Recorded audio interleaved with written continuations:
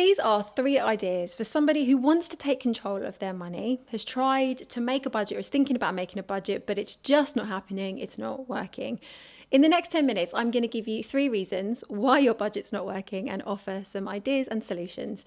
Welcome, this is episode 4 of 10 Minute Money, my brand new series to help you learn the things that you need to know about money that will actually make a difference in just 10 minutes a week or less, because you deserve to have the right tools to enjoy your income, manage your money without the overwhelm, and save for the future.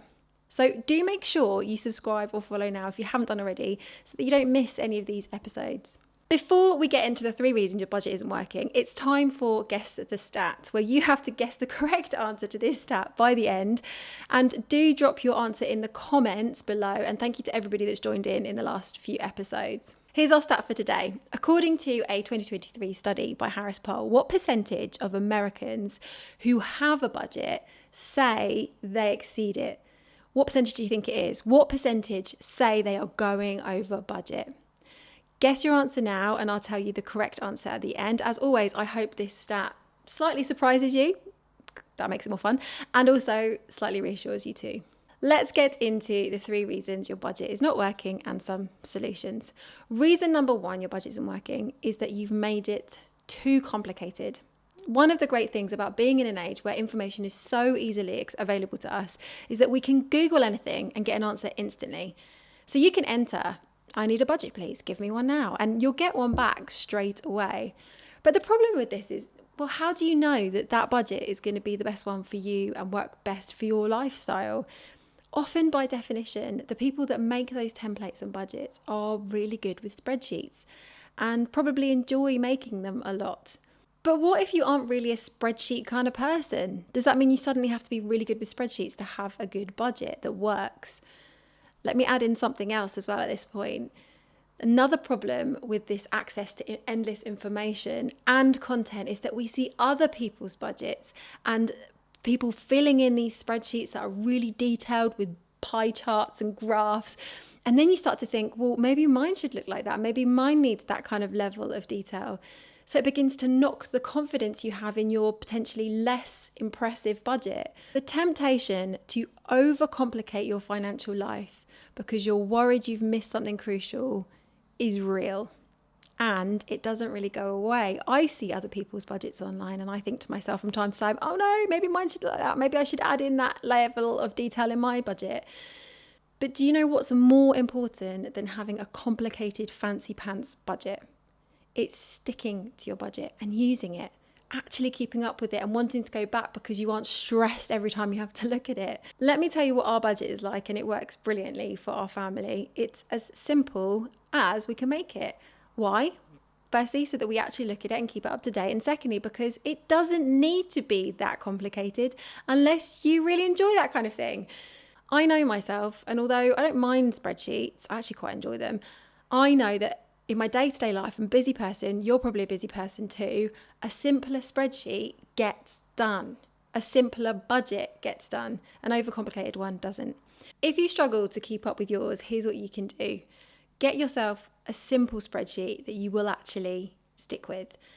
As a minimum, it needs to include total income across all areas, after deductions, long-term savings. I call this pay yourself first. You might have seen that in some of my other videos. Short-term savings. I call these smug savings, which is slightly different. You might have heard the term sinking funds. Fixed expenses. And then spending categories for the rest of your spending so you can plan what you're going to spend your money on and track your spending.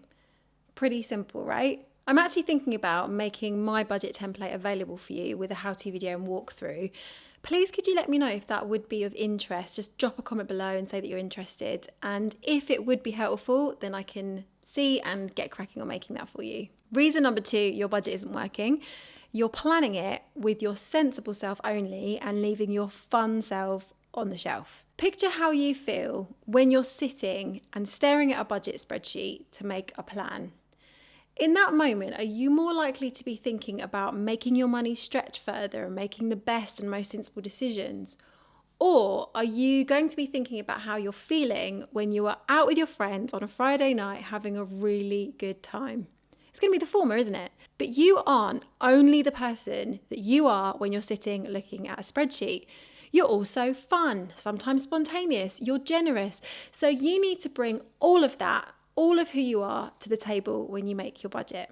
I've seen lots of people go suddenly hardcore on cracking down on their spending when they're making a budget, only then to a few weeks later feel disheartened when it hasn't worked out in real life. Whilst I do want to encourage, of course, saving and making long-term great decisions in your financial life, we also have to remember that we are humans and we're fun humans, at least hopefully some of the time. One recent study by Aquacard found that a staggering 89% of Brits say they exceed their social budget each month by an average of £61. The data is clear. We are consistently underestimating when planning our social spending.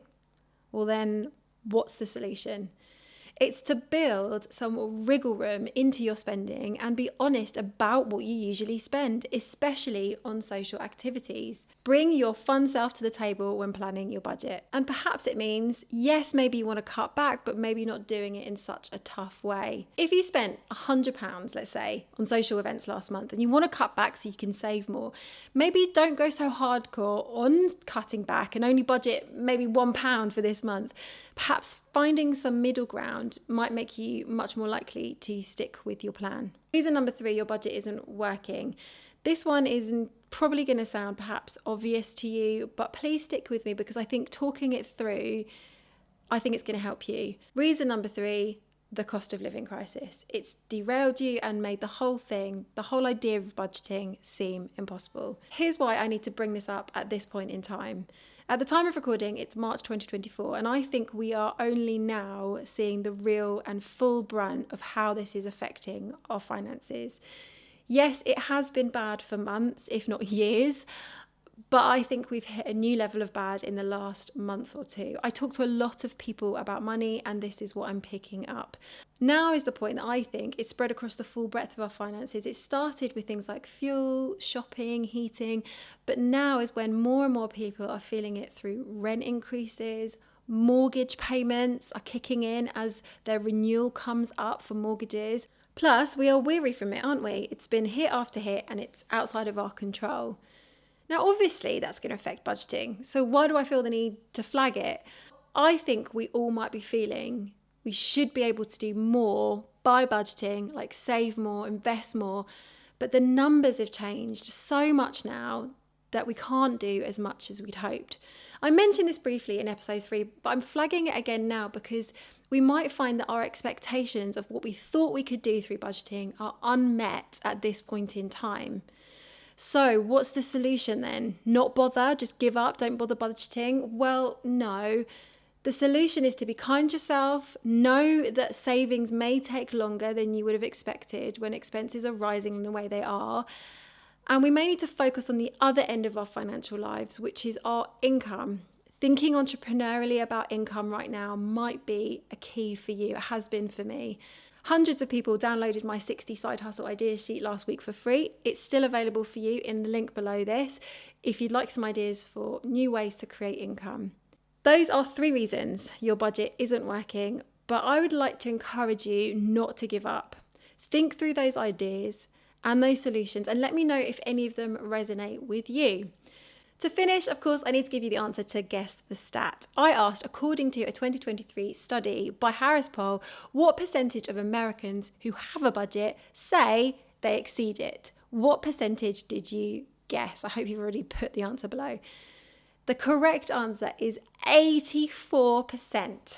And you know what? I saw other research that suggests the UK stats wouldn't be far off as well. If you have a budget and you're going over budget regularly, you're not alone. I hope these 3 ideas have helped you today. Please don't forget to subscribe so you don't miss any of these episodes.